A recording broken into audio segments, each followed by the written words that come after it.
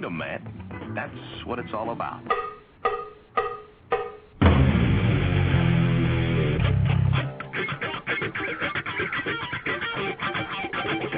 You've got to groove on freedom, like the good book says.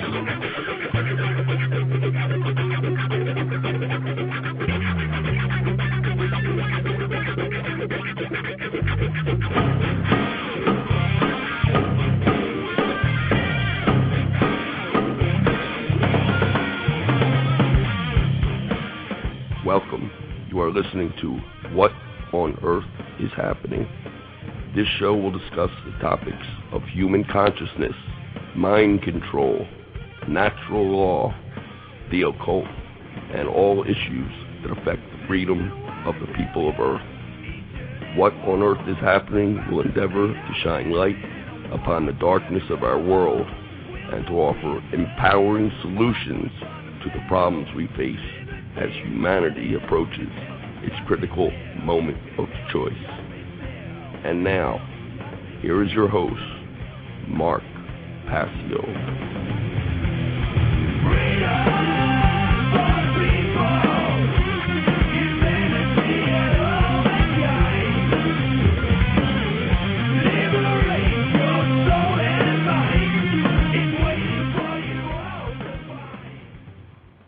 Welcome, everyone. Welcome. Today is Tuesday, May 4th, 2010. You are listening to What on Earth is Happening.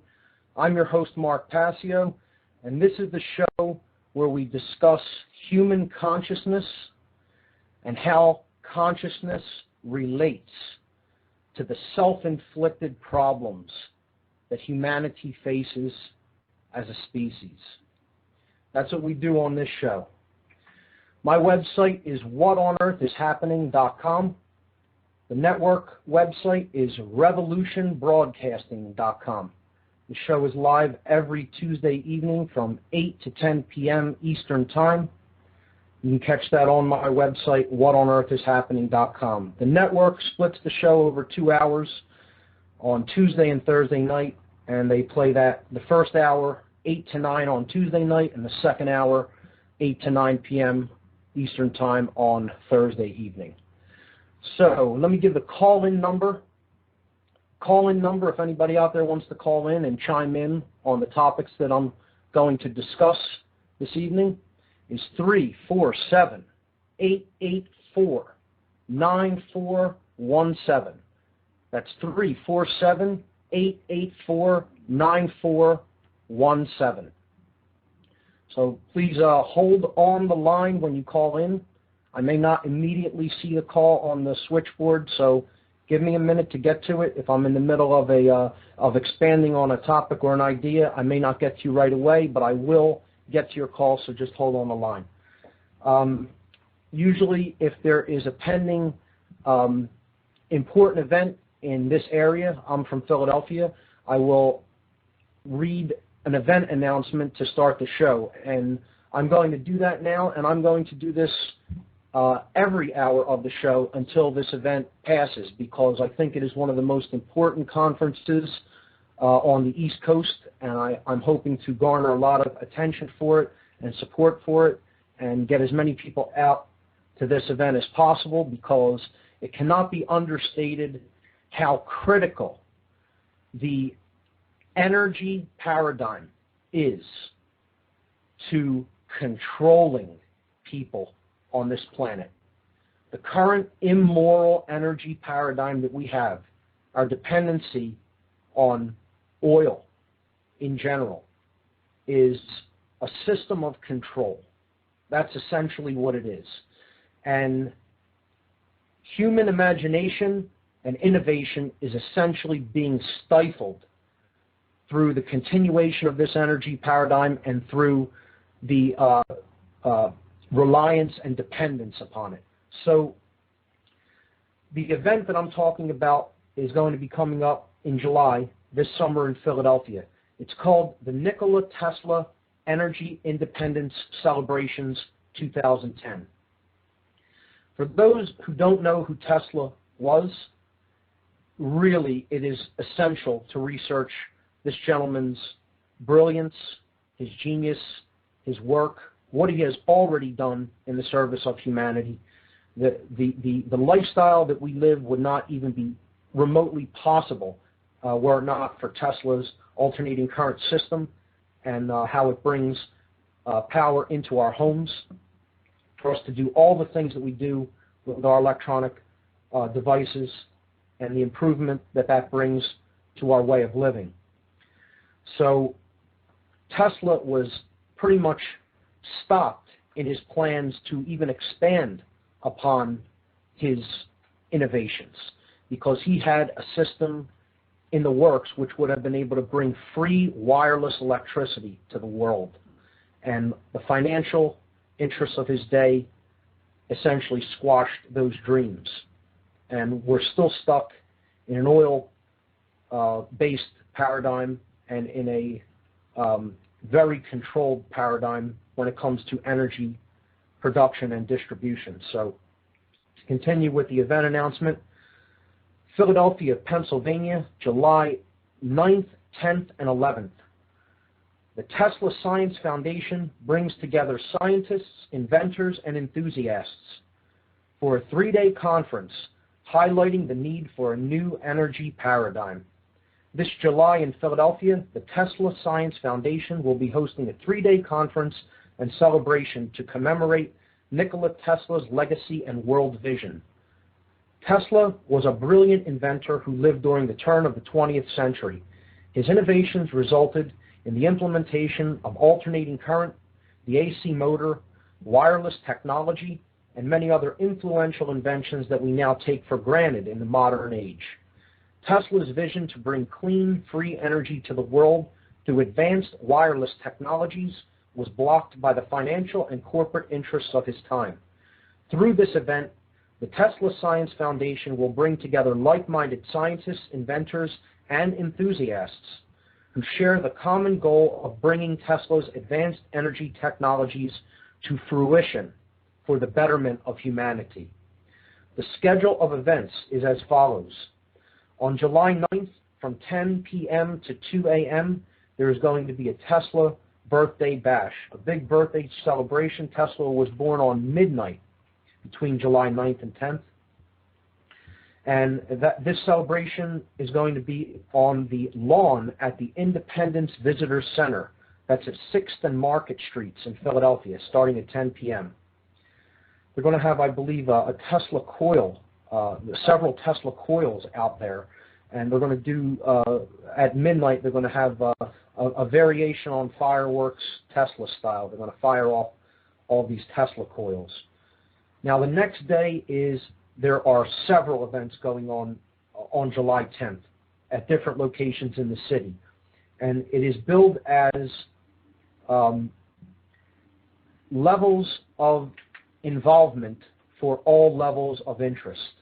That's why they're having different events at different locations pretty much simultaneously, because the event is for just the general public to become more aware of Tesla through information and some fun activities. It's for enthusiasts who have already started looking into alternative energy and why this is so important. And it's for scientists and inventors to actually bring together innovative minds to start working on this new energy paradigm in the service of a better human future. So July 10th is a packed day. There is a small change from the event schedule as I read it in previous weeks, and I'll do that one first. July 10th, from 10 a.m. to 8 p.m., pretty much the whole day, they have the same lawn at the Independence Visitor Center, right in Independence Mall National Park. And there's going to be exhibits, information, and music. And that's at 6th and Market Street. So the whole day, that's just a general outreach to the public. There'll be tables, booths, some people displaying some inventions. And you can pick up general information there, and there'll be some music. It'll be like a fair, sort of. Okay, so that's the first event on July 10th. The second event is at the Free Library of Philadelphia at 1901 Vine Street, 19th and Vine. That's from 10 a.m. to 5 p.m., and that is presentations and lectures for the enthusiast. They're not going to be very technically inclined. They'll be able to be understood by the layman. And I have the privilege of emceeing this event myself. I will be the MC for the event at the Free Library. I've been working with the Tesla Science Foundation, and they're a great group of people. And it's an honor to have been asked to MC this event myself. Also on July 10th, from 6 p.m. to 11 p.m., that's after the presentations at the library, there is a reception dinner and a concert featuring the great a theremin ensemble, a theremin-centered ensemble, playing classical music. They're called the Divine Hand Ensemble.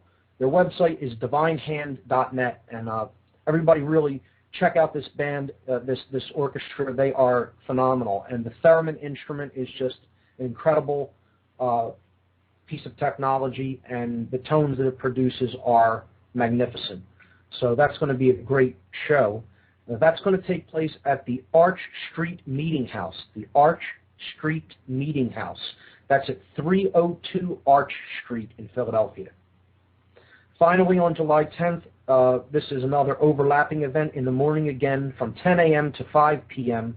There is a scientific conference, and this is a two-day event. This will actually be on July 10th and 11th, 10 a.m. to 5 p.m. each day, the scientific portion of the conference geared toward scientists and inventors. This will be taking place at 2 Liberty Place on the 32nd floor of the building, and 2 Liberty Place is at 1601 Chestnut Street in Philadelphia, 16th and Chestnut. For emerging details, please see the conference website at www.teslasciencefoundation.org. Learn more about Nikola Tesla, what he tried to do for us, why he was stopped from that, and why it needs to happen 100 years ago, let alone today. It should have occurred over 100 years ago. We need to make this vision for the way power can be produced and distributed become a reality. So that's all I have to say about that.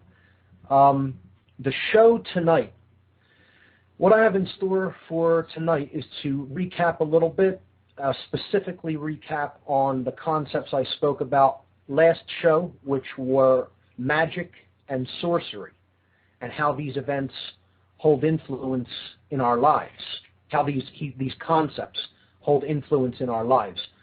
I want to specifically address the concepts of magic and sorcery as they relate to the concepts of order and chaos and the events that we experience in the world around us as a result of these forms of influence.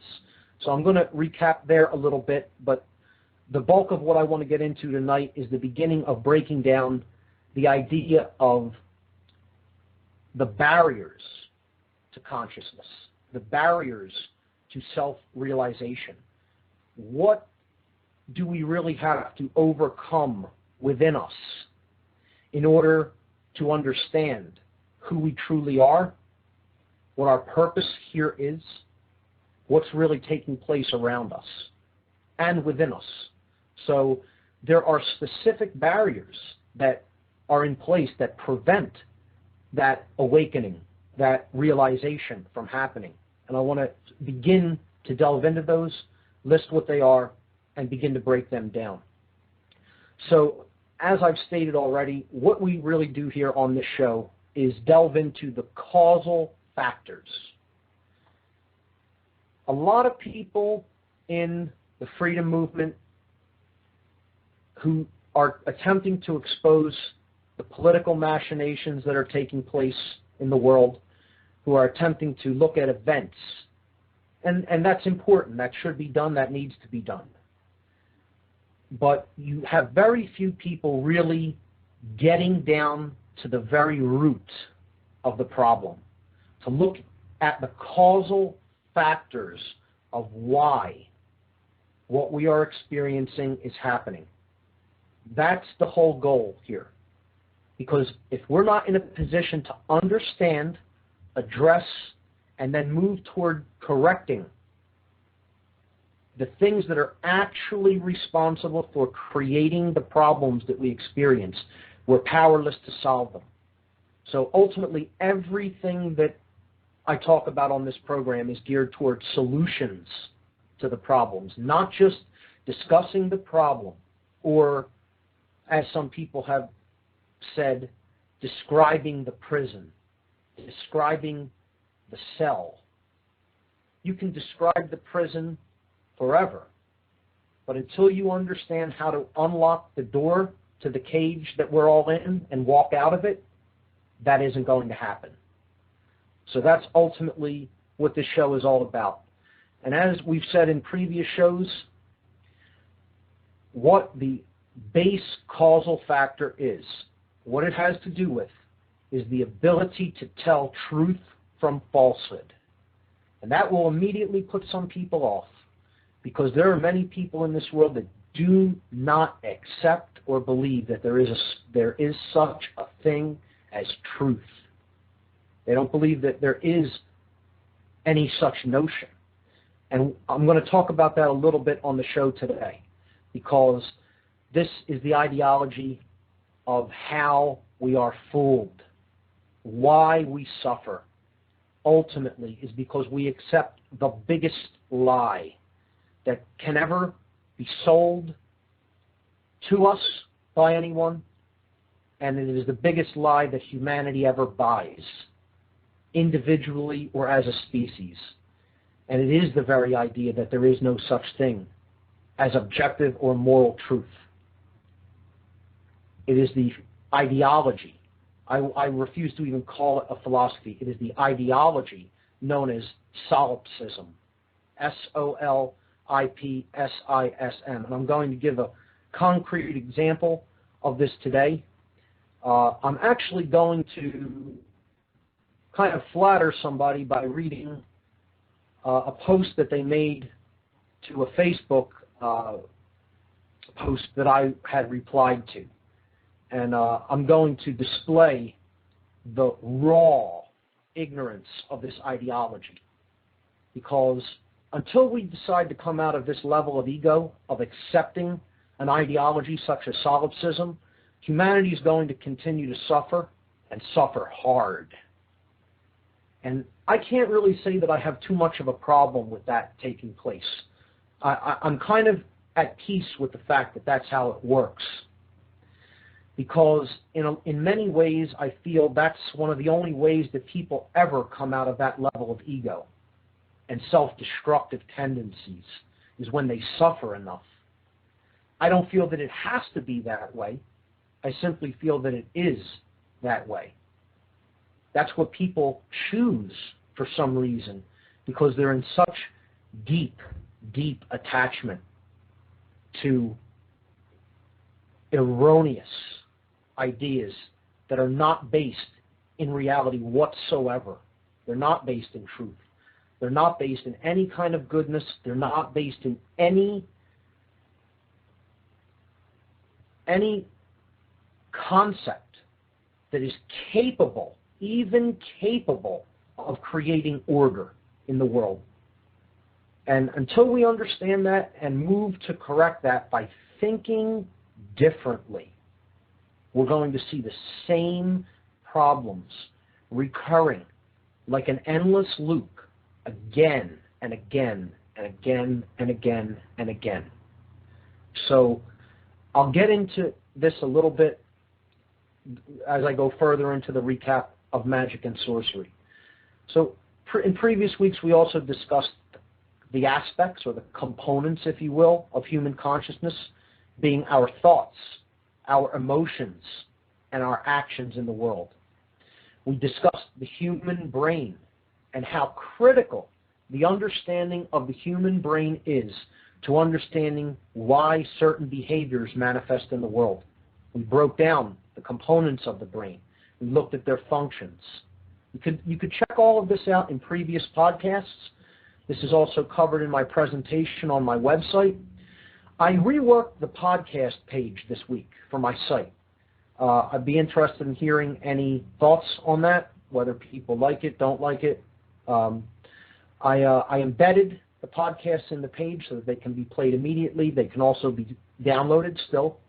And I put up picture sections for each podcast with slides and quotes and things like that that you can click on, and you can view a small photo gallery that basically gives a little bit of a visual representation for the concepts that were discussed on that particular show.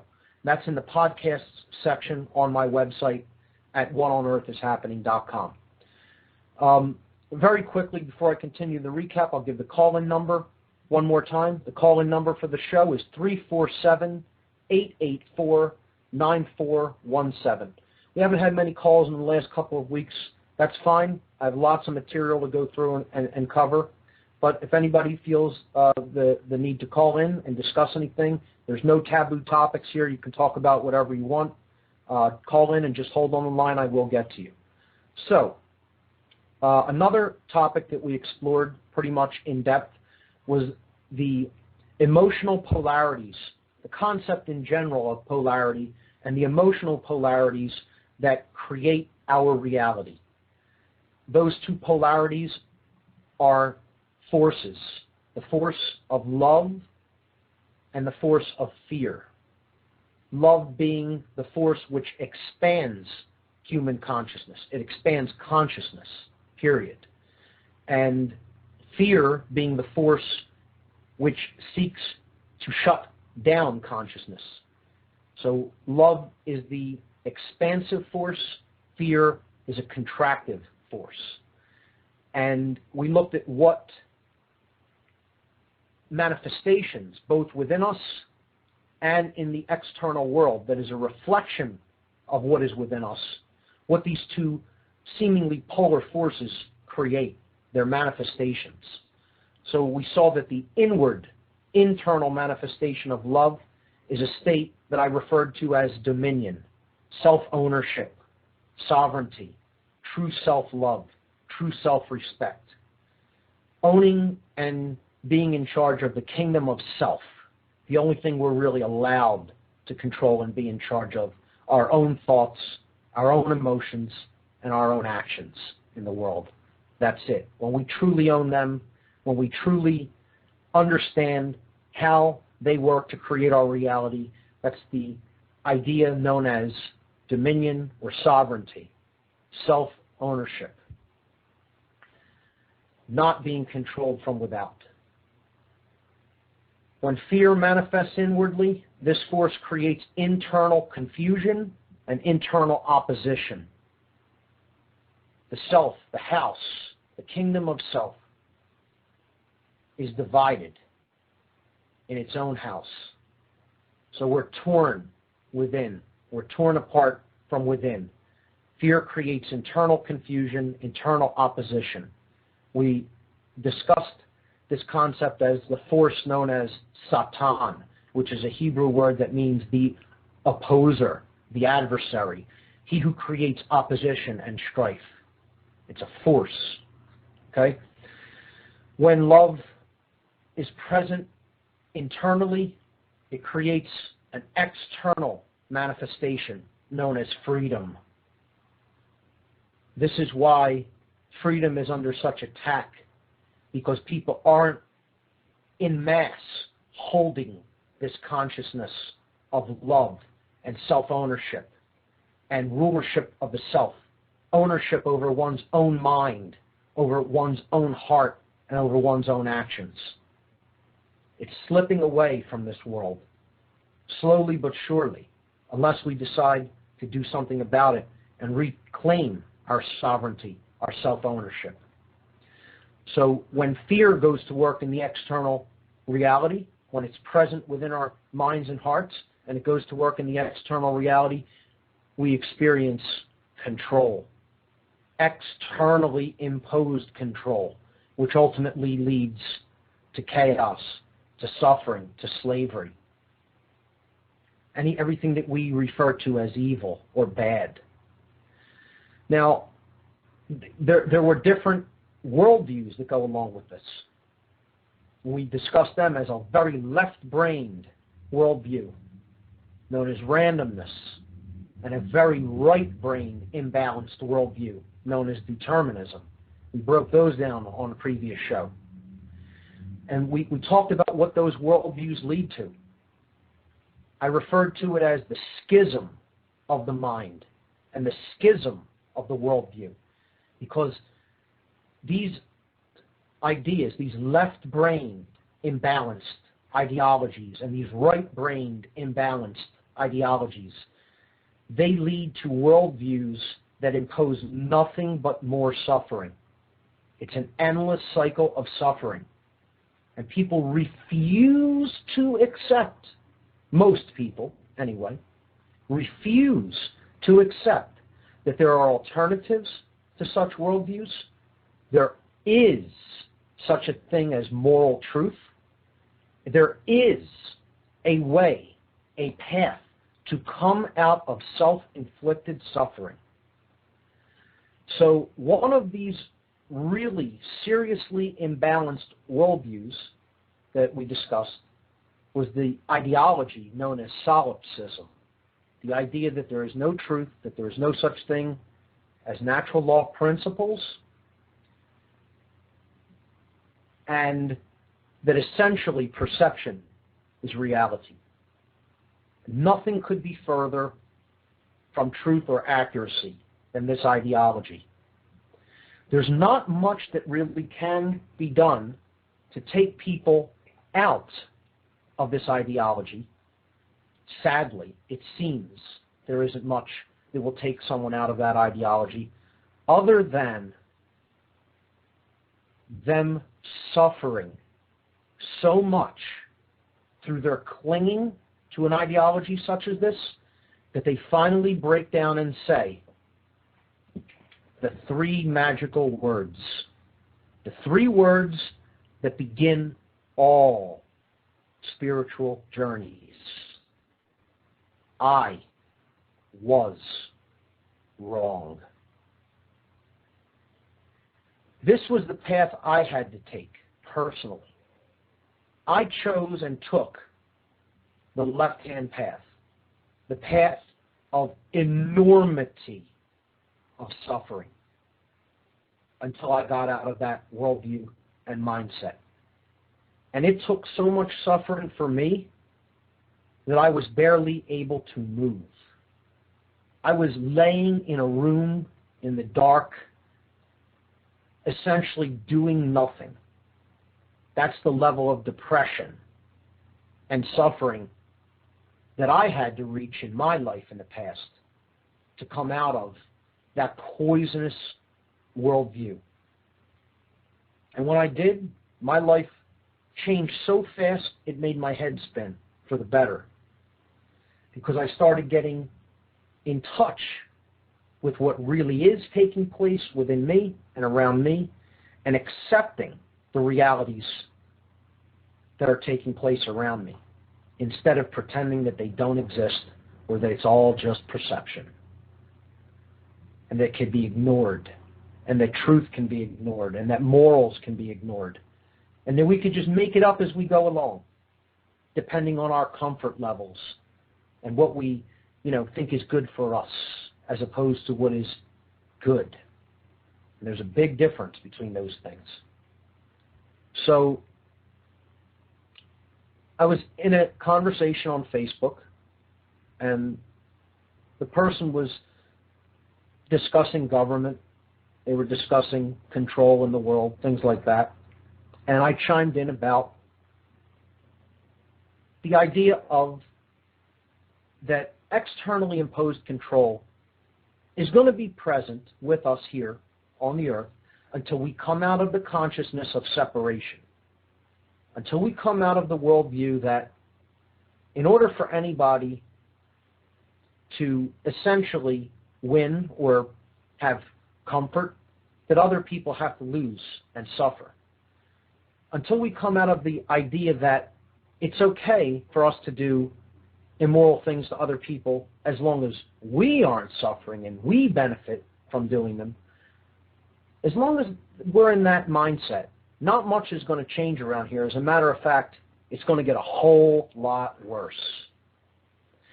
And, some people you can look at that as saying it outright like that is condescending to other people's way of seeing the world. You can say that it's self-righteous. You can say whatever you want. I, in my life, have recognized these principles as being true, as being in effect, like the law of gravity. Doesn't matter whether you believe in it or not. It's in effect. That's what law is. That's what it means. It means it's a parameter that is in effect. It's a boundary condition. It cannot be broken, or it wouldn't be a law, a true law. I'm not talking about the law of man here. I'm talking about cosmic law, and it exists. It's real. The reason we're in the mess that we're in as a species is because we refuse to acknowledge and understand and live within the parameters of the existence of natural law. And essentially, it is so easy. It can be stated in, and has been stated by teachers in one sentence. The truth is always simple. It's never, ever complex. People try to make truth complex, to obscure it and to obfuscate it, to create confusion and doubt within somebody's mind regarding natural law principles or truth. But the law that governs creation can essentially be stated in one sentence. Do unto others as you would have done unto you. That's the golden rule. And that's it. It is that simple. And because we continuously break that one law, we're going to continue to suffer until we decide to come out of that level of consciousness. The end. Okay? It is that way. I'm not saying it's my belief that it is that way. What I'm telling people out there is, if you don't want to continue to suffer, that's the path out of suffering, in a nutshell. That's it. And it is that way. That is the truth. It is not a perception of reality. That is reality. I don't know how much clearer I can say that. I'm not telling you that that is my belief, because it is not my belief. That is a law that is in effect that I happen to understand. That's it. So here is the reply that I received on Facebook from someone that I would say is a solipsist based upon his response. And I'll read just excerpts from this. This person said the golden rule is just an arbitrary assertion to try to prove some sort of moral truth. There is no ultimate moral truth. There are no laws of existence. Imagine that. Now, let me tell you what this ideology, what this belief system, which is what this is, leads to. This belief system is known as solipsism, and it is also known as moral relativism, which I brought up on previous shows. This creates the notion that man is the highest power in the universe. We get to make up our own truth. Essentially, we are the arbiters of truth, or God. That's what this ideology is. If there are no laws that govern creation, if there is no such thing as morality in truth, there is no such thing as morality, it is just perceptions, then we get to do essentially whatever we say is correct or right or moral. And we're the ones making up, quote-unquote, law. That's what man's law is based on, this ideology. That's why it's such a disaster. Because we're not the authorities of anyone else. We are not the arbiters of truth. We are not the ones who define what morality is based on our perceptions and comfort level. Now, what he got right is, one of his next statements was, your perception of what morality is will always reflect what your culture has taught you. Now, that is a truism, okay? That is largely true. People's perceptions of what is right is, in the modern day, and has been in the past, largely determined by what those around them have taught them. That's what has largely determined what people think is right and think is wrong. And what I'm talking about is not thinking or believing. I'm talking about knowing, because one has directly experienced this law itself. And until it's like a child putting its hand on a hot stove. You can tell an individual forever, you can tell them what the temperature is of something that they have not yet touched. They will never really know for certain until they experience the feeling of being burned or having something extremely hot or extremely cold pressed up against their skin.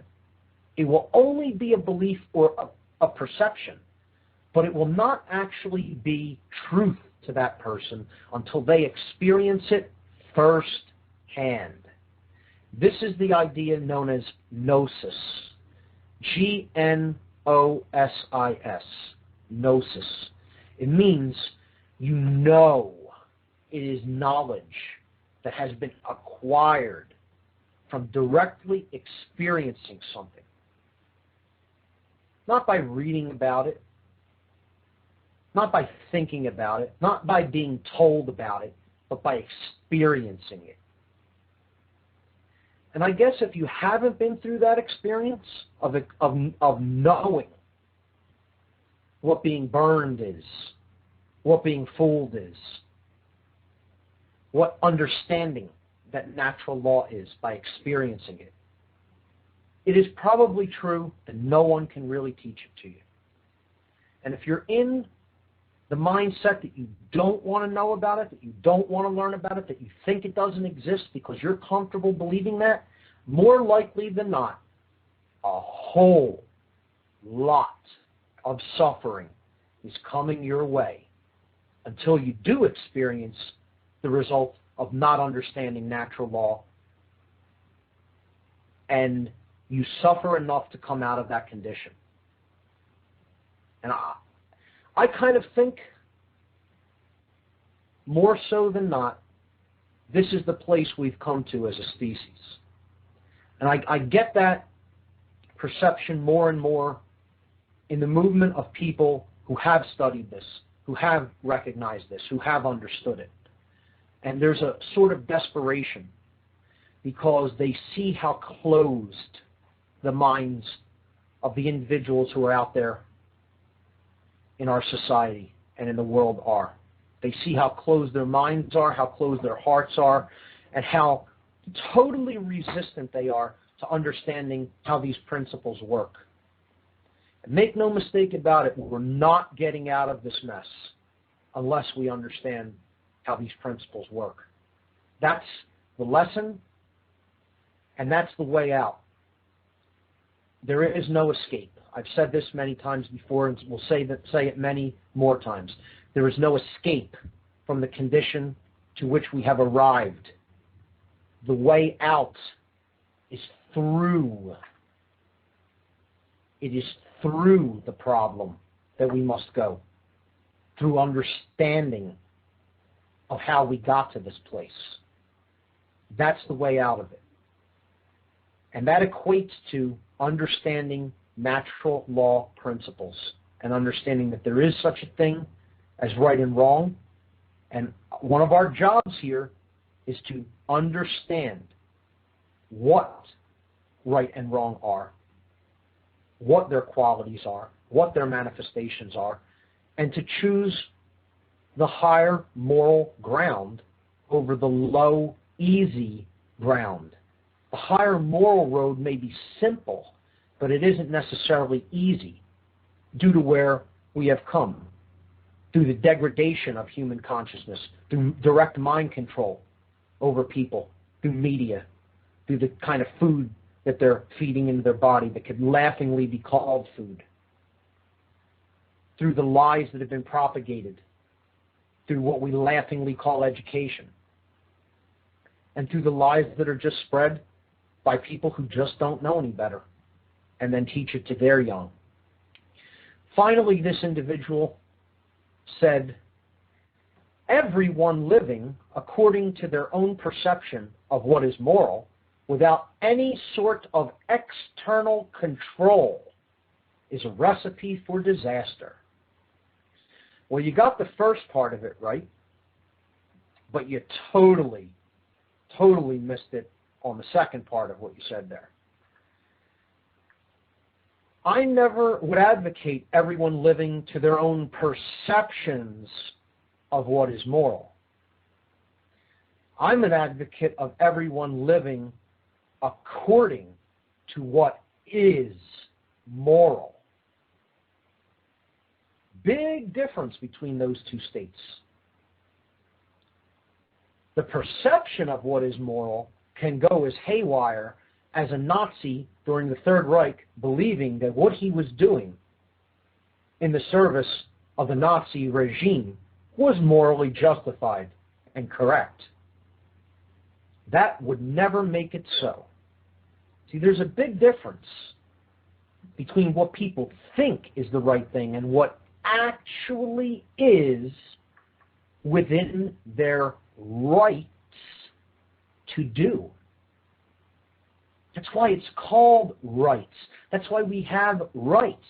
Because to exercise rights is standing within moral right. You're not doing anything wrong when you exercise a right. It's right in the language, folks. This isn't hard to figure out. We have a right to do that which is morally right, and nothing else. This is the notion that has been coined in occult philosophies as "do what thou wilt shall be the whole of the law." This gets perverted. Okay? People don't understand that statement.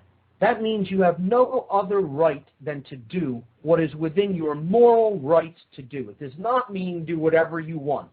Anybody that tells you that's what that statement means when they heard it have a complete lack of the understanding of the statement. Now, you can disagree with the person who said that, but if you understand the actual philosophy behind that statement, what it is saying is, harm none, do what you will. As long as you are not doing anything that is outside of the boundaries of natural law right for you to do. That's what the will, with a capital W, as we talked about on the previous program, really is. I don't know if that's clear to people, the way I'm explaining it. If anyone wants further clarification, call in, ask, we could talk about it. But that's what that statement means. That's what the will is.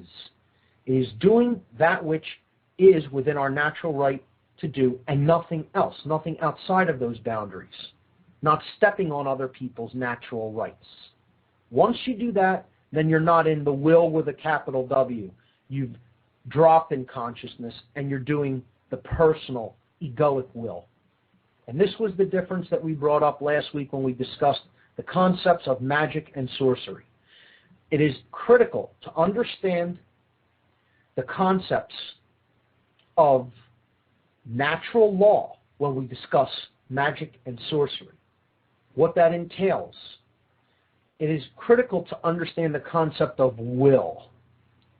The two forms of will, the higher will, which we basically ascribed a capital W to, okay? like some people do with the higher self, giving it a capital S, okay, as opposed to a lowercase letter. Because the language that we speak limits us in many ways. To talk about higher will versus egoic will. So in the way I explain it in my presentation and on this show, I distinguish with a capital letter. The capital W will is the will of creation and accordance with natural law, harmony with natural law principles that create order. The lowercase will, which is the will that the sorcerer, not the alchemist or the true magician, exercises. The sorcerer exercises the lowercase will. And this goes against natural law principles. This is for the selfish gains, the selfish tendencies of the practitioner of this influence, of this science and art called sorcery. This being who practices this art is saying, forget about the will of creation, forget about natural law principles and other people's rights, let my will be done. Because that's all I care about. So, to go back a little bit to the statement that this gentleman made on Facebook in response to a post that I had commented on. His solution was external control. And he stated later on that he doesn't have a problem with government, externally imposed government. Doesn't have a problem with that.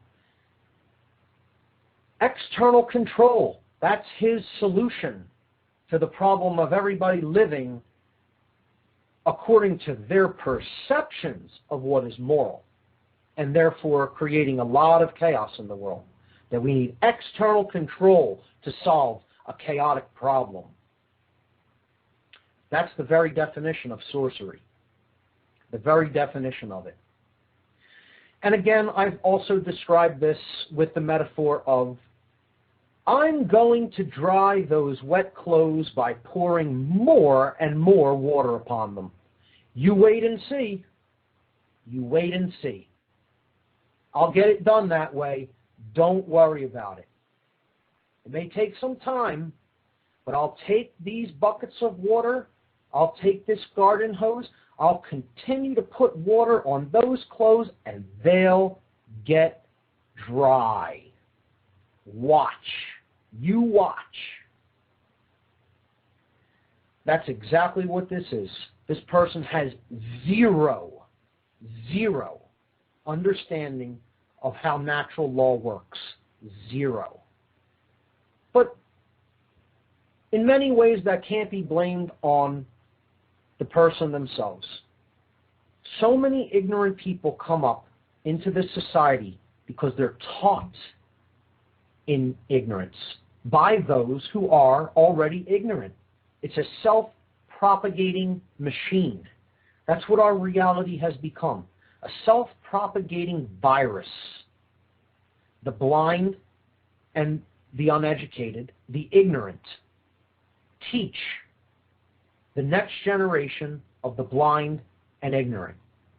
And it's a sad, sad, sad thing. And once again, at the risk of sounding condescending, I'm not here to make friends with people. I'm not here not to offend anybody's sensibilities. Okay? I'm here to explain why we're in the mess we're in. That's what my job is. And I do happen to understand how that works. That's not an egoic statement. That's not me bragging. There are many people throughout history who have understood how this works. Some far, far more intelligent and far better human beings than myself. Okay? I'm not saying I know it all. I'm not saying that I'm perfect in any way. because believe me, that's far from the truth. Okay? What I am saying is I understand the general principles of how we got into the mess that we're in as a species, and I do understand what it will take to get us out of them. Whether people will follow up on that, I don't really have control over that. That is up to each individual to learn about how this works and to decide whether they want to come out of that state or not. And if they desire to do that, it will happen. They will be able to understand the same things that I and many people who have studied this have come to understand. And if they use their willpower to do so, they can get themselves out of that state of consciousness and become part of the true solution to the state of consciousness of the whole. Because that's how the whole changes. The whole changes. The totality changes when the individual units that comprise the whole change. That's it. We want to change the external reality, we've got to change ourselves. We have to change the way we think. We have to change the way we behave. That's it. It's that simple. Easy? No. Simple? Yes. No one's claiming this to be easy. I had to say the words "I was wrong" so many thousands of times that I could, and I will say them so many thousands more. Okay? But most people are trapped in the state where they refuse to say those words. They refuse to admit that to the universe, that they bought a lie. They propagate a lie. Disharmony with natural law comes through this level of ignorance, and all it creates in the world is chaos. That's critical to understand. This is what the sorcerer wants. Sorcerers, controllers who have a lot of knowledge about how things really work, and all they want to do is use that for advantage over their fellow human beings, to gain benefit, to benefit over them, to get personal gain and advantage over their fellow beings because of what they know and understand. They know that this law exists. They're well aware of it. And they bend it. They don't break it, but they bend it, because if you're in a position where you understand that and you can control information and you can hide how these principles work, you can get people to obey you, do your bidding, and believe in whatever nonsense and illusion you peddle. And they're the sorcerers of this world are very, very, very adept at doing that. They understand how this works, and they're very good at obfuscating it and teaching people garbage so that they never understand how it works. And as long as people don't understand how these principles work, they will always be ruled by people who do, and who want to use that knowledge to rule other people. See, there are many people who do understand how these principles work, and all they want to do with them is to propagate them to other people so that other people stop creating their own self-inflicted suffering. And so, on a mass scale, they stop creating hell on earth. Because we're far on the way to that creation. We're far on the way, well on our way to creating a total hell on this planet. And we're in a unique opportunity where these principles are being openly discussed and shared in a myriad of ways. There's such a plethora of information out there on these principles. There is such a wealth of information and information flow. We live in a unique time in history where natural law can really be grasped and understood by anyone. The information is out there if we choose to reach out and grab it. We choose to pay attention to the right sources of information, meaning morally right, and meaning correct, to understand the dynamic and can explain it correctly. This exists. It exists. People may not want to hear that, and that's okay. That's okay. Okay? But there is no question. Truth exists.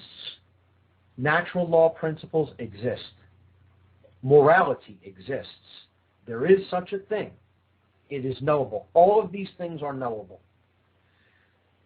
What deep-seated ego is the refusal to accept any of those things that I just stated. The refusal to accept them. That is the satanic force at work in the world. You can call it whatever you want, but it is the force that divides you within, and it divides people from each other, prevents them from ever coming together and being able to live in social harmony. And this force has people. It owns people. It owns their minds. It owns their minds. Because they've been peddled sewage by the sorcerers of this place. Sewage. And here's the other concept that rolls along with this as I wrap up talking a little bit about sorcery. Magic and sorcery. See, the magician wants to bring people together, the true alchemist, to elevate consciousness, to help people understand natural law, so that they can put an end to their self-inflicted suffering through ignorance and through ego, attachment to wrong ideas that they can't admit that they're wrong ideas. They'd rather go to the grave. They'd rather die than admit that they were wrong. That's how deep of an ego hold this satanic illusory force has over the minds of people of this world. They would rather kill themselves and others around them rather than admit, I've bought a bad ideology. I've bought a bad notion, a bad idea. Can't admit that. See, belief is one of the strongest forces in the world. Not gnosis, but belief. People so desperately want to cling on to their beliefs because it's all they know. It's all they know. And to take that away from them is to take away their self-identity. And we're going to talk about, in the second hour, the barriers to realizing the true self-identity, not the illusory one based on ego and based on attachment to ideas that are simply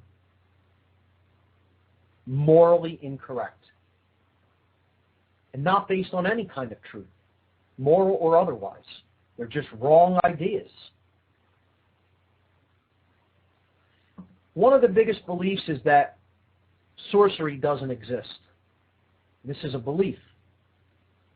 What I say to people who refuse to accept the influence of the occult and occult principles is, do you believe that there's such a thing as radical Christianity? And they'll say, yeah, I believe that there is such a thing. I don't believe there's such a thing as occultism and sorcery in the world.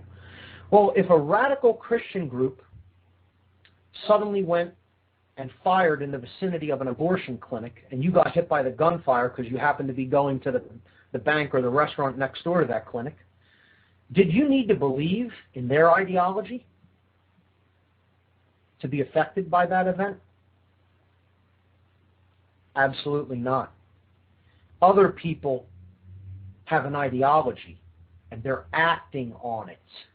They're acting on it. Whether you believe that that exists or not, or whether it has effect on you or not, is irrelevant. It does exist, and it can affect your life.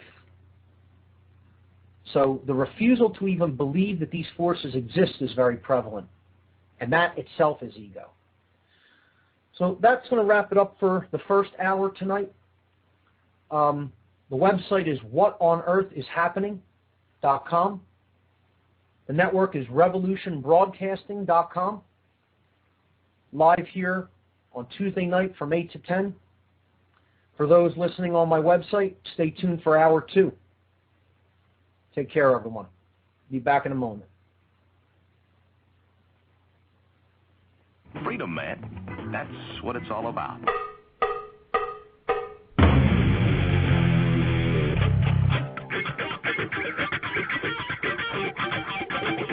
You've got to groove on freedom, like the good book says.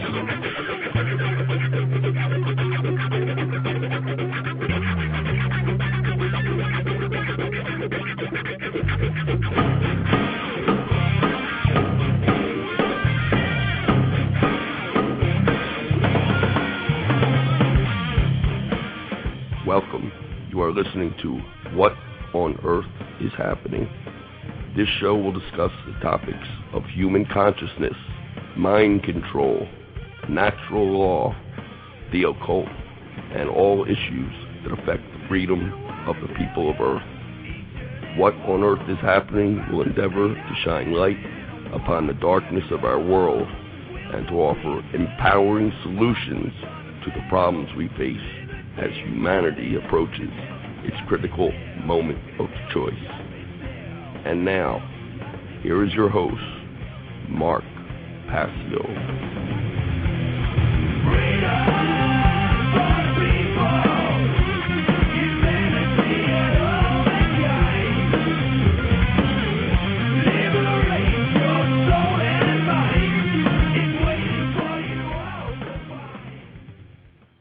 Freedom is waiting for you all to find.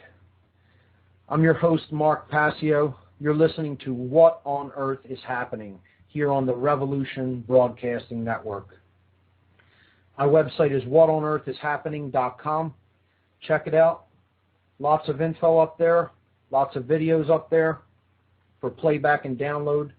A new podcast section with pictures, with visual feedback that you could follow along with to take a look at some of the concepts that I discuss on this show.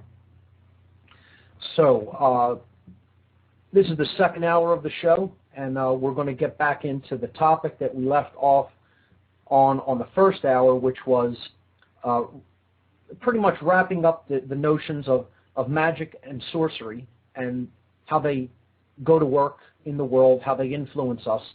And I was talking about the fact that many people don't even believe that this is what is really taking place, that there is occulted knowledge that is being used against the people of this world.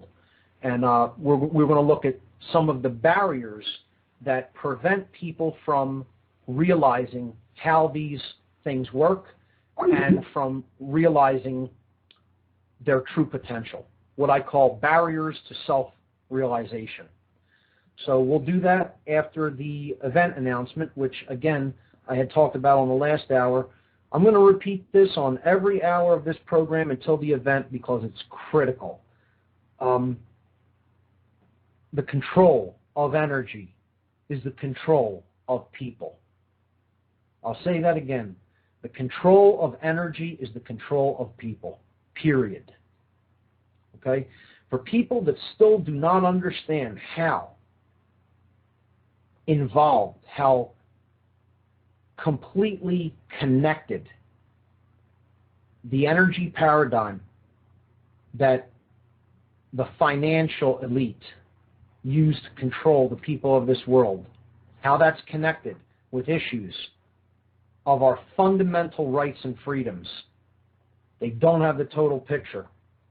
And someone that I think people who are listening to this show and this network and are concerned with issues that affect freedom in the modern day, someone they really need to research and understand what he tried to do for humanity is Nikola Tesla. So there's an event coming up in Philadelphia. It's a 3-day conference in July. Here's the press release. Philadelphia, PA, July 9th, 10th, and 11th. The Nikola Tesla Energy Independence Celebrations.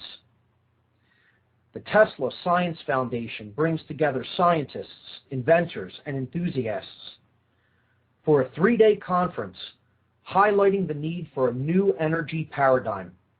This July in Philadelphia, the Tesla Science Foundation will be hosting a 3-day conference and celebration to commemorate Nikola Tesla's legacy and world vision. Tesla was a brilliant inventor who lived during the turn of the 20th century. His innovations resulted in the implementation of alternating current, the AC motor, wireless technology, and many other influential inventions that we now take for granted in the modern age. Tesla's vision to bring clean, free energy to the world through advanced wireless technologies was blocked by the financial and corporate interests of his time. Through this event, the Tesla Science Foundation will bring together like-minded scientists, inventors, and enthusiasts who share the common goal of bringing Tesla's advanced energy technologies to fruition for the betterment of humanity. The schedule of events, July 9th, 10 p.m. to 2 a.m., is going to be the Tesla Birthday Bash on the lawn outside of the Independence Visitor Center, just across from Independence Mall in Philadelphia. That's at 6th and Market Streets. July 10th, it's a whole bunch of events on the 10th. It's an area of involvement for every level of interest. So from 10 a.m. to 8 p.m. at the Independence Visitor Center, again, 6th and Market Streets, there's going to be exhibits, information, vendors, music, displays. So for the general public, tourists that may be in the area on that day, they can check out all of the activities going on the lawn at the Independence Visitor Center. July 10th, 10 a.m. to 5 p.m., presentations and lectures at the Free Library of Philadelphia, 1901 Vine Street, 19th and Vine. These are presentations that are going to be geared toward the layman, toward the non-scientist. Okay, the general public is welcome at these lectures and presentations. They're going to all be geared toward Tesla, his technologies, his vision, and there will be some overlap with, related technologies and energy systems. So it should be an interesting day. I have been offered and have accepted to MC this event at the Free Library. So I will actually be introducing all of the speakers and presenters, and it's an honor to do so because the Tesla Science Foundation and the associated Nikola Tesla Inventors Club are just great groups of people, and what they're trying to do is the right thing. So July 10th, again, Saturday, July 10th, from 6 p.m. to 11 p.m., there is a dinner and concert. It's going to be a classical music concert with an ensemble whose conductor plays the theremin instrument. And I encourage everybody to check out the theremin instrument. It's a beautiful instrument. It is a very little-known instrument working on electronic principles and vibratory principles. And the sounds that it generates are just absolutely magical. So it should be a great time on July 10th from 6 p.m. to 10 p.m. The pricing on that is yet to be determined, but it will be very reasonable.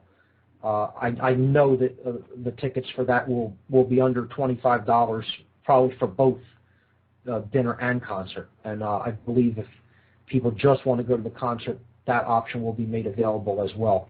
This is going to be 6 to 10 p.m. Saturday, July 10th at the Arch Street Meeting House at 302 Arch Street in Philadelphia. And the final portion of the conference, the Nikola Tesla Energy Independence Celebrations 2010, is Saturday and Sunday, July 10th and 11th, from 10 a.m. to 5 p.m. is the scientific portion of the conference, the scientific conference. This is going to be at 2 Liberty Place on the 32nd floor, 1601 Chestnut Street in Philadelphia, 16th and Chestnut. And this is going to be geared for scientists and inventors. So there will be very technical presentations at this portion of the total event. It's going to be a great event. People are going to learn a lot. A lot of great minds are going to come together for this. A lot of enthusiasts are going to come together for this. I encourage everybody to take a look at it, get involved, come out, invite friends. People need to know about Tesla. They need to know about who he was. They need to understand what is possible. We need to recapture the human imagination and the human spirit of innovation that Tesla so brilliantly embodied during his lifetime. So for emerging details, please see the conference website at www.teslasciencefoundation.org. So that's the event announcement. And let's jump right back into the philosophies that we were discussing on the previous hour. Where I left off in the previous hour was talking about the fact that there are so many people out there that just they'll see the problem sometimes in the external manifestation, but to address the causal factors, they look the other way. They don't want to go there. They don't want to see that. They don't want to admit or face just how dark of a place humanity has come to. And to do so means that certain influences in the world must be acknowledged. And one of them is the concept of the occult, hidden knowledge. It's all the word occult means, hidden. See, there's a mind trick with words that is always played on people. It's obfuscation. You tell them that a word means something, but it really doesn't quite mean that. It is one possible connotation, but you dissuade them from looking into that concept further. So if you played a word association game with people, 98% or more of people, if you say the word occult, the word that they're going to respond with, just try it with anyone. The word in a word association game that people will respond to when you say, tell me what the first word that pops into your mind is when I say the word occult. The word that they will come back with is evil. Evil. Okay, they'll tell you occult is synonymous with evil. And it can be, but that isn't what the word means. All the word means is hidden. It comes from the Latin verb occultare. And the Latin verb occultare means to hide or to conceal from sight. That's it. And that's all the word occult means. So when you tell people that there is hidden influences at work in the world that I've termed sorcery, that many people have termed sorcery, it is not my term for it, they will immediately reject that notion out of hand because they feel they know it all. They know how the world already works. There's nothing out there that could have possibly slipped by them and escaped their attention. They're so perceptive. They're so understanding of exactly what's going on in the world around them. There's no way anything like that exists. Because they'll say, I don't believe in that crap. How could it have any influence over my life or my existence? This is a fatal, fundamental flaw in people's philosophical makeup, in their psyche. They actually believe that for something to have an effect upon them, they have to understand it, know anything about it, or believe in it at all. And that's not true.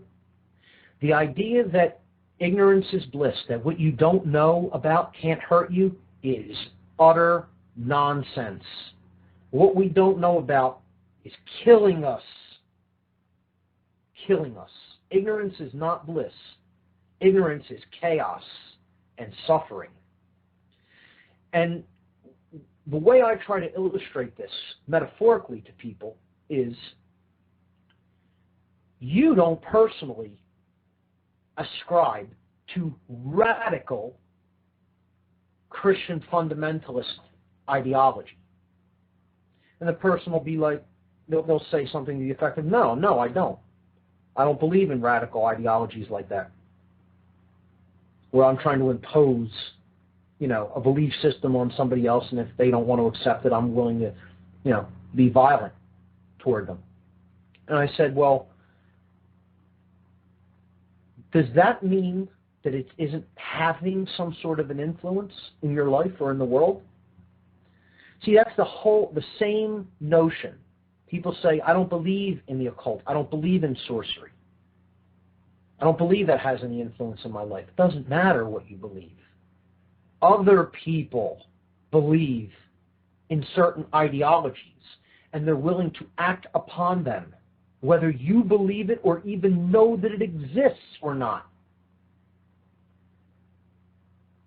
Conceive of the situation where somebody may be sitting in a restaurant eating dinner and they have never heard of radical Christianity. But there may be an abortion clinic next door, and some stray automatic weapons fire may pick them off while they're eating dinner. They knew nothing about that ideology, and it doesn't matter. You can be affected by an act of free will gone awry, gone astray, by people believing in nonsensical notions and being willing to act upon them. That exists. It has an influence over your life. The way to better prepare against the negative or harmful influences of such dangerous ideologies, such as sorcery, is to learn as much as possible about them. That's the only way you're going to be in a position where you could defend yourself against them. And until we understand how sorcery works in the world, how its methodologies are structured, and how the people that are using these principles and these influences work in the world, we are going to, as a species, as a whole, remain largely powerless to make any changes or to defend ourselves against those influences. So, the definition of both magic and sorcery was the science and art of influencing change to occur in accordance with the will. In the definition for magic, the will has a capital W because it means coming into greater alignment and accordance with natural law principles, with truth. In the definition of sorcery, the word will, the science and art of influencing change to occur in accordance with the will, is lowercase. It means my will, my selfish, egoic will, the will of the sorcerer himself or herself. When we come into alignment with the art of magic, we are attempting to create non-dualism, oneness within, sovereignty, the recognition of sovereignty of all beings, the recognition that natural law exists and that it is operating in our world, and we are bound by it.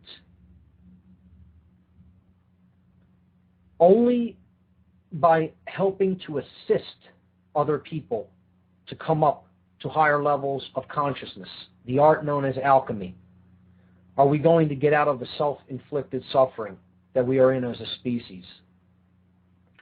If we continue to fall prey to sorcery, or even attempt to use it, we are going to create more and more and more chaos and suffering in the world. Because that's where we're at now.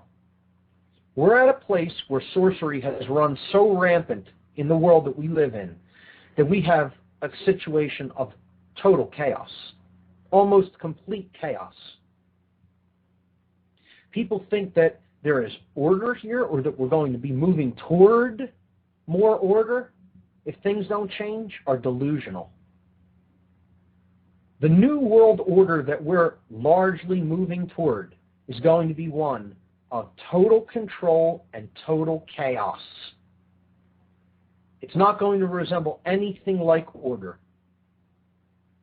But there's another new world order that we can build that would be based on true order, because it could be based in love, it could be based in self-respect, it could be built with the art of true magic, alchemy, helping people to raise their consciousness to higher levels, to understand how higher law works, that there is such a thing as morality, that there is such a thing as truth.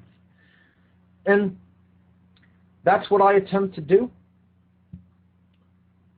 The alchemist can only be an influence. He can never do the work for another person. He can only do his own work. That's it, period. Can't do it for you. It's been said, one may only show someone else the door, but then that person has to walk through it. That's it. You can only nurture the conditions that surround the seed. You know, plant the seed and then nurture the conditions around it, and then hopefully it will sprout and grow. But in many ways it looks like people are too attached to what they want to believe, what they've been fed as truth, and that they are so attached to that they just can't break out of that mindset. I want to read a quote that describes that condition, because we're going to talk about this a little bit more as we get into the barriers to self-realization, which is the next concept I'm going to bring up on tonight's show. The minister of propaganda during the Nazi Third Reich in Nazi Germany in the 1930s and 40s was Paul Joseph Goebbels. Goebbels was an expert at sorcery. He was an expert in mind control. He was an expert at propagating lies, disinformation, and utter nonsense that could only lead to more and more human suffering. And it did. And he did a great job of it. He was wonderful at his job. One of the best of all time. This is a quote by Goebbels. He said, "The essence of propaganda consists in winning people over to an idea so sincerely, so vitally, that in the end they succumb to it utterly and can never escape from it." I'm going to read that quote again to let it really sink in. This is a statement made by the minister of propaganda during the Nazi regime. He said, this is Paul Joseph Goebbels, he said, "The essence of propaganda consists in winning people over to an idea so sincerely, so vitally, that in the end they succumb to it utterly and can never escape from it." This is ego identification, which is one of the things we're going to be talking about. It's one of the greatest barriers to self-realization, the attachment to being right. The attachment to a belief that you have put your whole heart and mind into accepting as reality. This is the essence of mind control. This is what mind control is. It isn't what it's like. This is what it is. You could substitute the word propaganda in Goebbels' definition or statement with the word mind control, because it's the same thing. And this is the force this is the methodology that has people completely owned externally. Most people do not own themselves in the world today. They are wholly owned by minds that are outside of themselves. Other people's propagation of an ideology that is only put out into the world to control their minds, their feelings, and their behaviors. That's it. And for people that don't want to believe that mind control exists, you do not understand anything about what's taking place on this planet. The end. You do not get even an iota, even a small, tiny, tiny bit of what's really going on. Mind control exists. It is real. There are methodologies for it. The methodologies are known, well known. The methodologies are practiced. The methodologies are refined. And they are refined sharply. And they're doing one hell of a job on people. They're doing a better job on people in this country than they could have ever dreamed of doing during the Nazi regime, during the Third Reich in Germany in the 30s and 40s. Because they have turned it up not only psychically, they have turned up the heat chemically through food, they have turned up the heat digitally through the media and the devices that most people pay attention to now in their very homes. They have turned it up spiritually through the propagation of ridiculous notions that are propagated in the New Age movement. It's a multifaceted, multi-tiered attack system. And until people wise up to it, things are going to continue to get more and more and more uncomfortable. And people are going to suffer a whole lot more, sadly. But it's a choice. It's a choice. Let that be known. It is a choice whether we suffer or come out of this mess. Okay?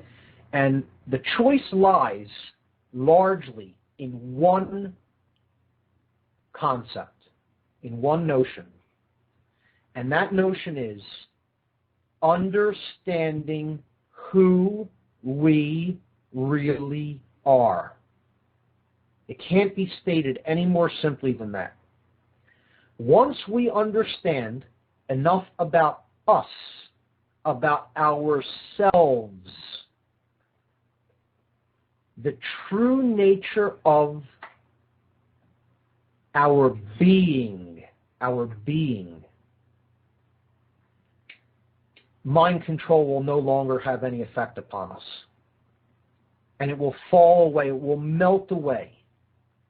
But as long as we stay attached to all the things that prevent that awakening and that realization of who we really are, the suffering will continue, the mind control will continue, the externally imposed control of all kinds will continue, and it will not relent, not 1 second, not 1 instant before we wake up to the realization of who we really are. Let's just look at the word realization. Let's just break down the word. Let's think about the word realization. Real eyes. It means to see with the real eyes. Only when we are seeing with the vision that can help us to accurately perceive reality, accurately perceive that which is accurately perceived truth. Only when we acquire that vision are we going to be in a place to come out of all of the self-inflicted suffering that we have created for ourselves. And it's doable. It is doable. It is possible. The potential for that exists. Whether we will that into manifestation is another story. I don't think anyone can say with certainty whether we will do that or not. If we do it, we have the potential to create, at this time in history, a way of being on the earth that has probably never before been seen, that we can scarcely imagine. And this is part of the problem, is that we can scarcely imagine it. The human imagination is suppressed. They want to stifle. Sorcerers who want to control other people always need to stifle the human imagination. They need to stifle. They need to suppress and put a lid on what we are capable of imagining is possible. Because if you can't even imagine the possibilities of what could be, you're always going to be trapped with what is, with the way things are now. And you hear so many people say, that'll never change. I can't imagine how that could ever change. Well, that's why it's never going to change. Until you can imagine it, you're not going to bring it into manifestation. The imagination creates everything. It is the greatest power of our thoughts. So the suppression and ultimately the desire to exterminate the human imagination is what the sorcerer wants to bring about. The very definition of mind control is the extermination of the imagination. Because if you can't envision how anything could be different than what it is, you're trapped exactly where you are with no possibility for any real change for the better. It has to be imagined before it can be done. The imagination is the greatest power that we possess. And I would say that to destroy it, to attempt to destroy it, is one of the greatest weapons, one of the greatest methodologies used against the human species by those who seek ever greater control. What I describe as the sorcerers of the world, the sorcerers of consciousness. People who just want their will to be done, don't care who they need to step on to get that done. So, they need to keep us in ignorance of who we really are. And before we even get into all of the qualities that explain who we really are, before we can even look at that aspect of it, let's look at how we're prevented from using our realization. Why can't we see? Why don't most people already know who we really are, what's taking place within us, what's taking place around us? Why does ignorance abound? Well, I've broken this down, analytically broken it down, to help explain it better through words, into four basic categories that I call the barriers to the realization of the true self. And again, I'm going to bring that notion in to describe the higher self, or the idea of who we really are, with a capital S, as opposed to a lowercase s, self, which would be the lower self, or the ego-identified self. We're going to look at the things that block this awareness, this knowing of who we are. We're going to look at what blocks the realization of the true self. And I'm going to list them, and after they're listed, we'll take them one at a time. We won't get to them all this week. We'll continue with this next week. But I'll list these barriers to self-realization, and then I'll discuss them individually. Before I even do that, I want to give out the call-in number one more time, because if there's any callers that want to call in, I field whatever questions you have. You can introduce whatever you want. No taboo topics. The call-in number is 347-884-9417. Once again, that's 347-884-9417. So, the barriers to the realization of the true self. I present 4 of them. The first is known as the 5-sense illusion. The 5-sense illusion. And probably that is the only one we will have time to delve into in any depth this evening. And then we'll continue with others. The second is ego identification, which we'll probably get to next week. That's if we even wrap up the first one tonight. So the second is ego identification. The third is the prison of the left brain. The prison of the left brain modality of consciousness. This is something that the educational system in the West does a very good job of keeping people locked in.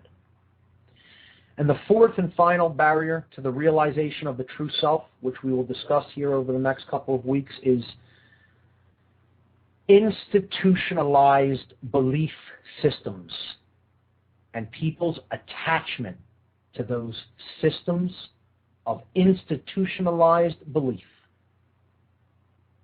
Institutionalized belief systems. So quickly, to list them one more time, the barriers of self-realization, barriers to the realization of the true self, the 5-sense illusion, ego identification, the prison of the left brain, and the attachment to institutionalized belief systems. Before we get into the first one here tonight, I see we have a caller. I'm going to take a call now. Here we go. Hello, caller. You're on the air. Hi, Mark. Hey, how are you? Vern. Good. No, it's Vern. Jessica, actually. Jessica. Sorry. Jessica, you called in before, right? No, I'm Kevin's wife. Okay. Oh, Kevin's wife. Yeah. Great. I was just listening to your show. I'm sorry, go ahead. I knew I recognized your voice. I couldn't quite put my finger on it, but thanks for calling in. Hi. I just wanted to say, I've been listening to your show for the whole hour, and I keep on being right on, so seriously. And what you're saying about, everything manifesting in thought, the whole concept of, everything comes from that idea, a decision. It's so absolutely true. I've been on, I guess you'd call the shamanic path. I don't really like to call it that, but that's probably the best thing to. I like that word.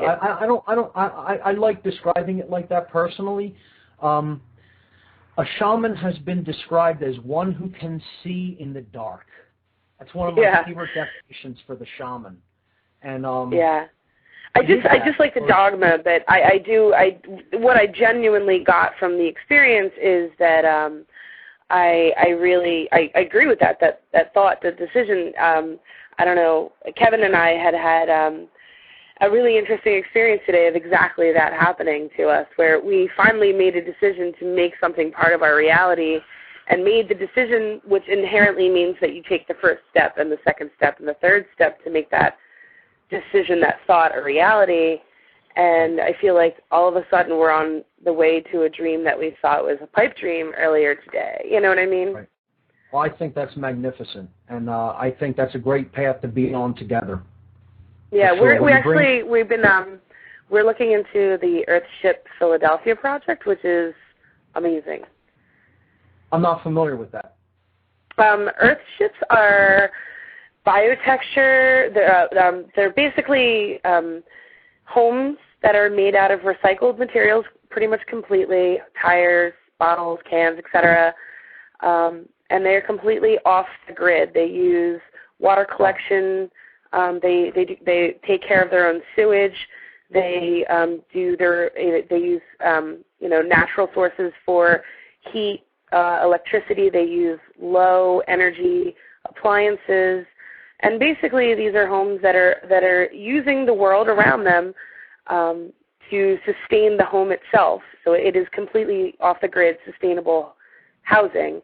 In addition, it has place in the home for food production as well, so you can sustain yourself fully off the grid. Very interesting. Very interesting. Yeah, and the unfortunate situation is that the architecture institution, as we know it, gets in the way of this. The Earthship Philadelphia people are ready to go. They have the money. They pretty much have worked everything out, but they're experiencing a large amount of red tape coming from license and inspection, surprise, surprise, and a lot of other governmental institutions. So unfortunately, not surprising.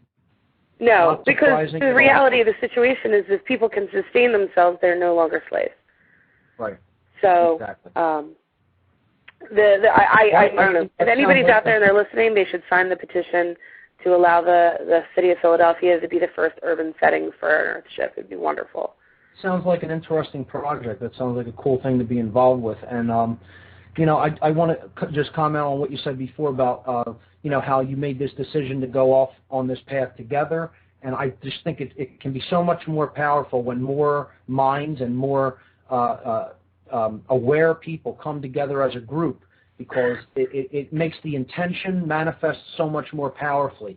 And that's what, that's one of the biggest parts of this is the intent and projecting that intent forward. And that is the power of the creative, our creative ability, and we are co-creators of our experience, of our collective experience. And I think it's just great that you guys are doing that together and have found each other and found people that want to do that with you. It's just a great thing. Yeah, actually, Kevin and I were actually talking about you earlier, saying that we were wondering how Tesla's free energy would work in conjunction with Earthship and the way that they design, because they use solar panels and wind and a lot of the typical, when you think of the typical natural sources of energy. But we were thinking I wonder how Tesla coils would work in conjunction with this type of design. It could be interesting to talk about.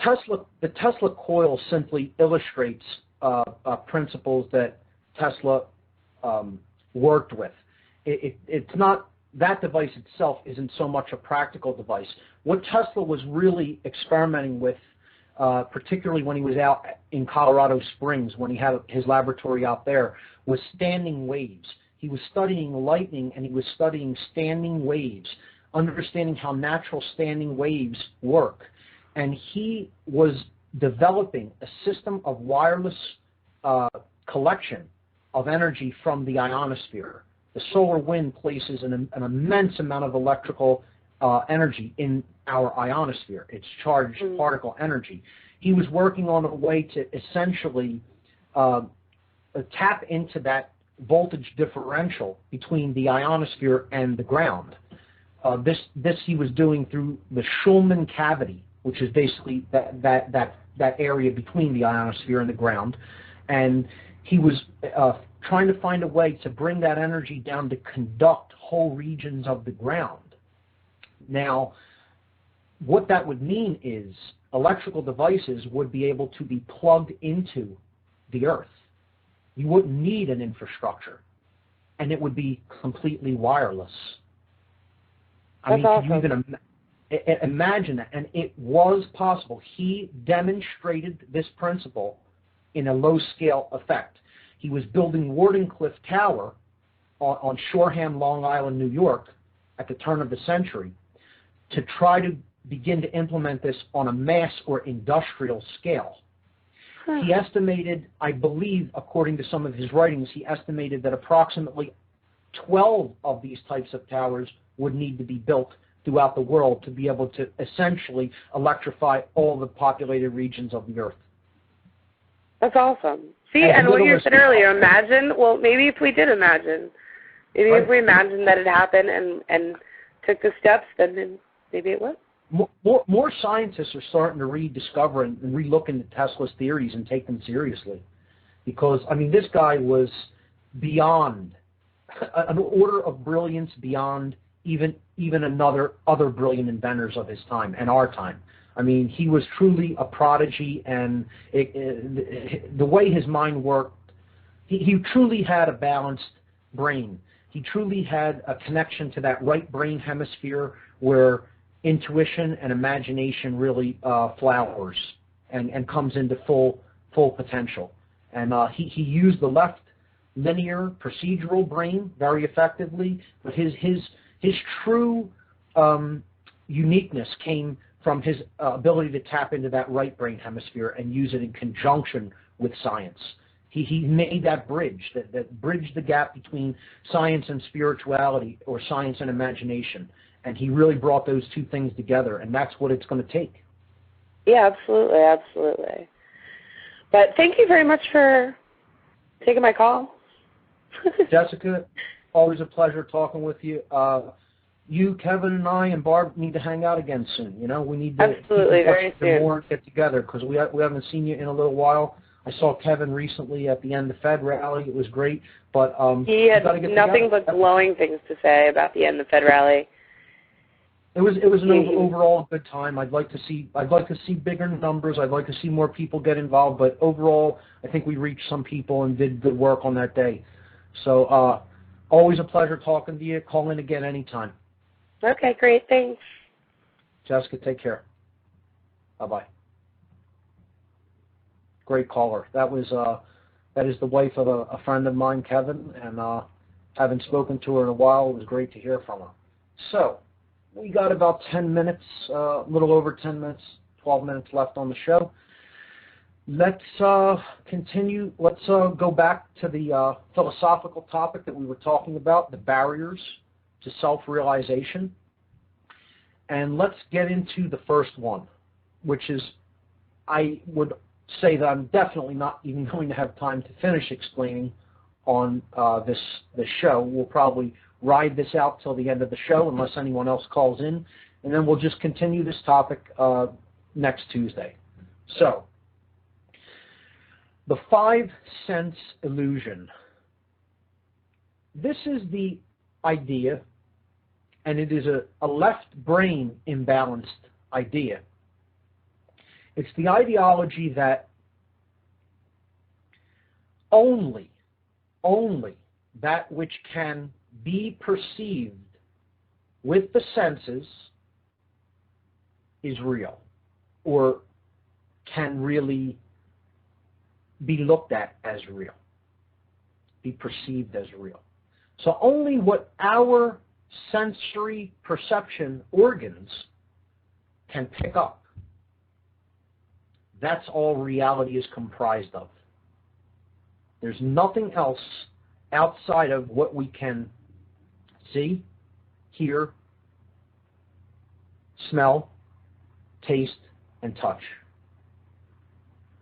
Or what we can perceive with the extensions, with our created extensions of those senses, which is what we call our technology. So nothing else is real except what we can perceive with the 5 senses.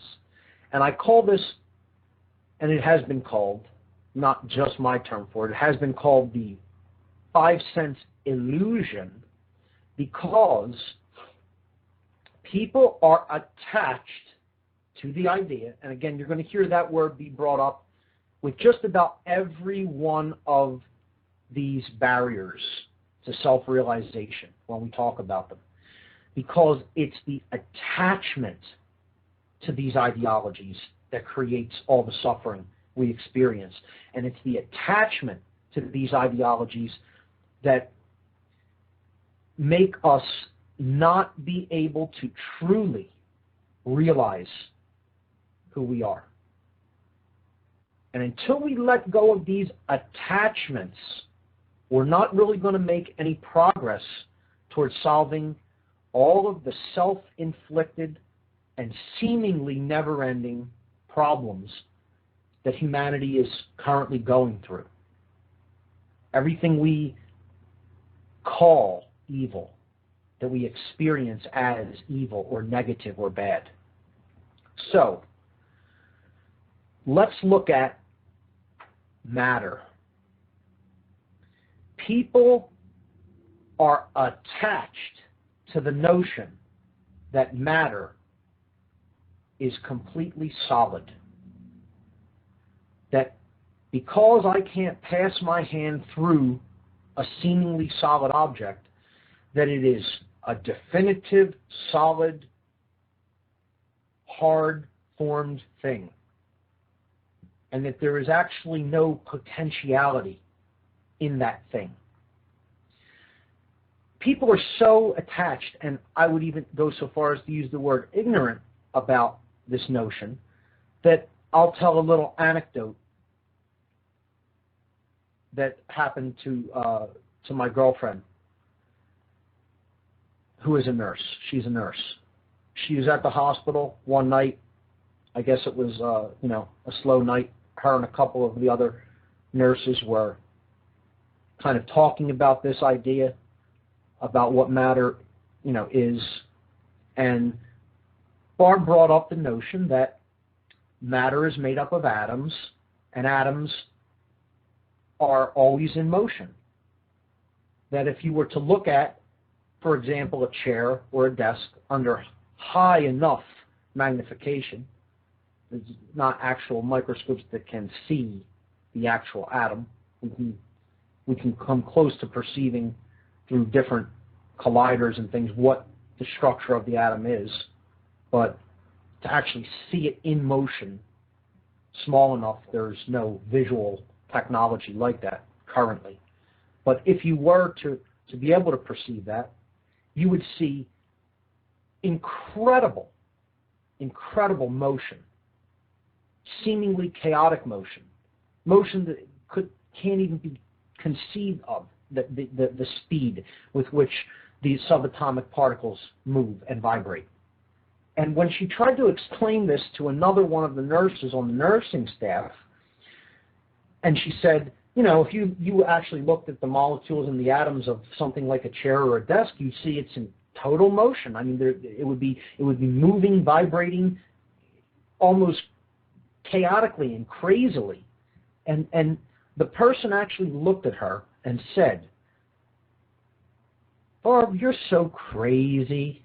You're so crazy."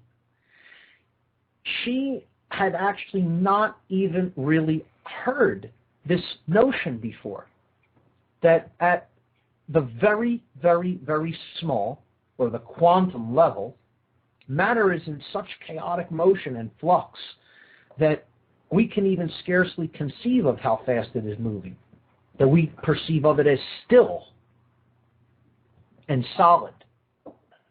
When we understand more about the structure of matter, we get into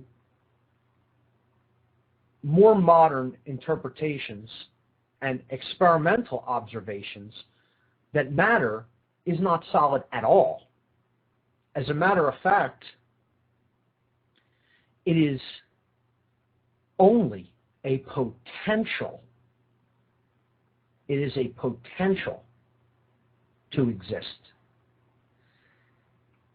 And only when the decision to observe it is made does it actually form an actual point particle. So if we look at the subatomic particles at a very, very, very low scale, we would see continuous flux or motion, or what has been described as pure potential energy, potentiality, the potential to manifest something.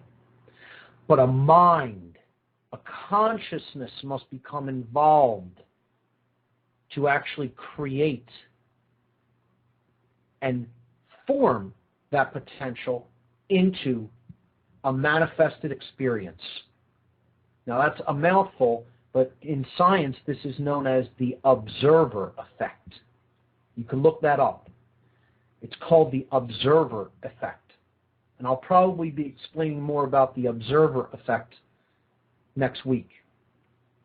But to re-illustrate some of the ideas of how the five-sense illusion keeps people trapped in limited ways of perceiving themselves, their own consciousness, and the world, we can look at an example of frequencies. We can look at frequencies of light and sound. If we look at the visible spectrum of light, what the eye can actually perceive as far as wavelengths of light energy goes,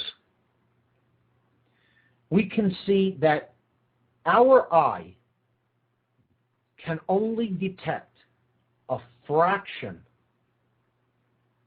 a minute fraction, as a matter of fact, an infinitesimally small fraction of the totality of wavelength spectrums, the full range of wavelengths that actually exist as far as light energy is concerned. We break that down into what we call the color spectrum.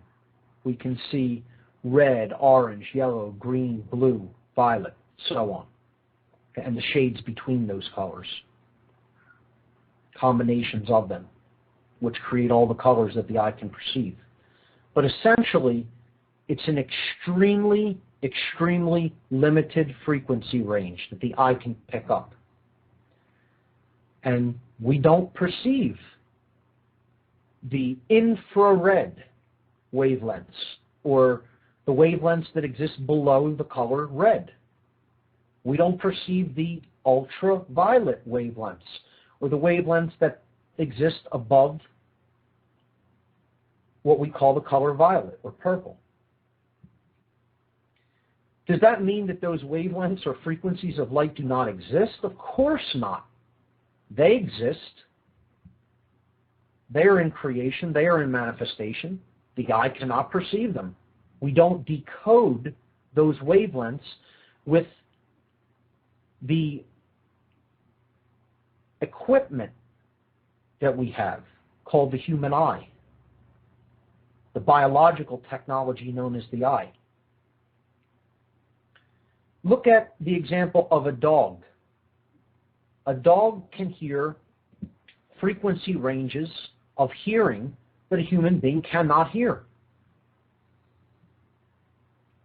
If a dog whistle is blown, no human being is going to respond to that dog whistle, because our biological technology, our equipment called the human ear, which receives and decodes those specific frequency ranges that are within human hearing,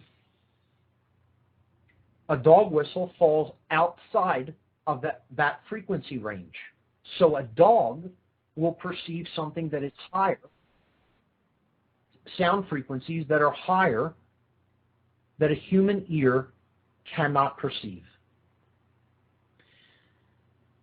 We have to get out of the attachment that only that which can be perceived with our sense organs, our biological technologies, is all that exists. It isn't true, and that belief is an attachment that stops us from really understanding the totality of ourselves. So I'm going to leave it there for this show. We'll pick up on this next show. I'm Mark Passio. and you've been listening to What on Earth is Happening. See you right back here next Tuesday evening at 8 p.m. Eastern. Thank you and good night, everyone.